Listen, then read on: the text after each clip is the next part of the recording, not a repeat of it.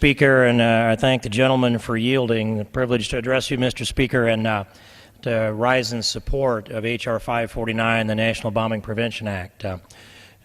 This is something that certainly arises out of 9/11 when we watched in horror as the Twin Towers burned and the Pentagon was attacked and the plane was crashed in Pennsylvania. It's changed the focus of this nation. It's changed the priorities that we have. One would think that government would simply look at this and make sure that all the gaps are filled, that we were able to analyze capabilities, maintain a database, identify those gaps. The list of the things in this bill goes on.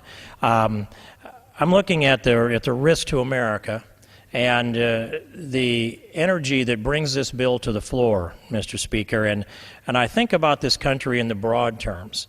What do we need to do to take America to the next level of our destiny? How do we nurture the things that protect us, and how do we enhance the components that improve us? And I can't help but reflect, Mr. Speaker, as I stand here, that we are unanimous in our support in protecting the American people. We disagree sometimes on the tactics, and I don't think we much disagree on these tactics.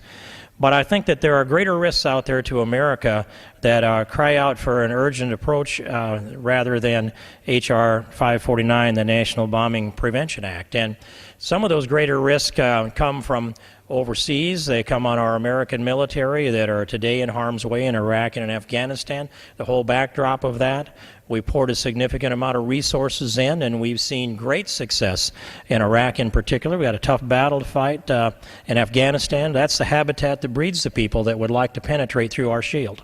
That's something we can not always see, but it's a tangible enemy because we've seen the results of that tangible enemy.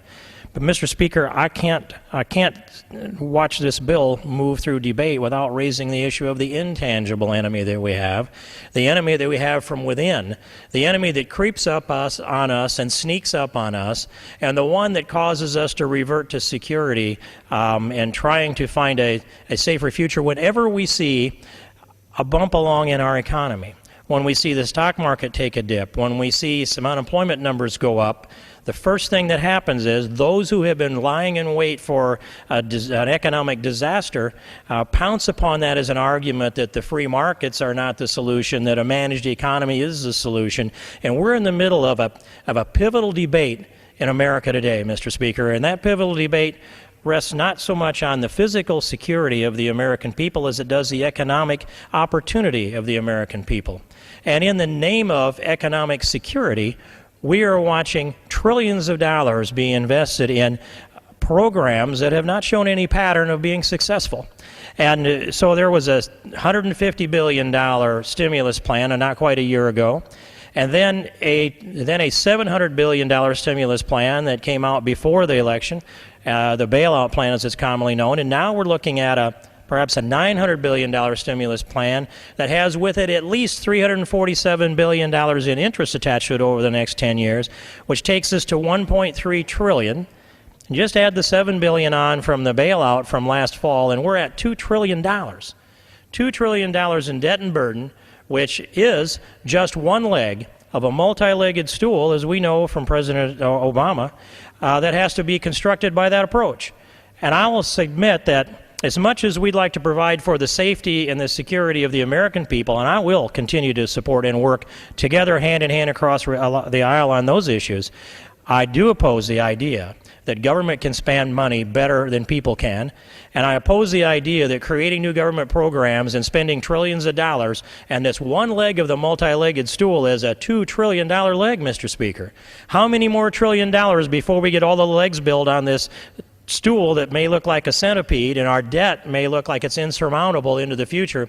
We've got to revert to the things that made this nation great, the foundations of the American exceptionalism, and those foundations have been, and if we're to have a future, will be the free markets, the free enterprise system, and our faith in those markets.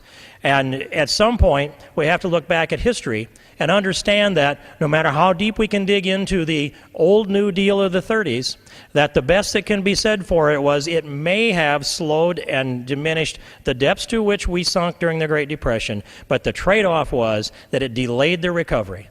And now we're looking at a new New Deal that's coming that is multi-trillions of dollars that may or may not diminish the debts, but it will certainly delay the recovery. And so that's my greatest fear for America, Mr. Speaker, and I appreciate your attention. I yield back the balance of my time.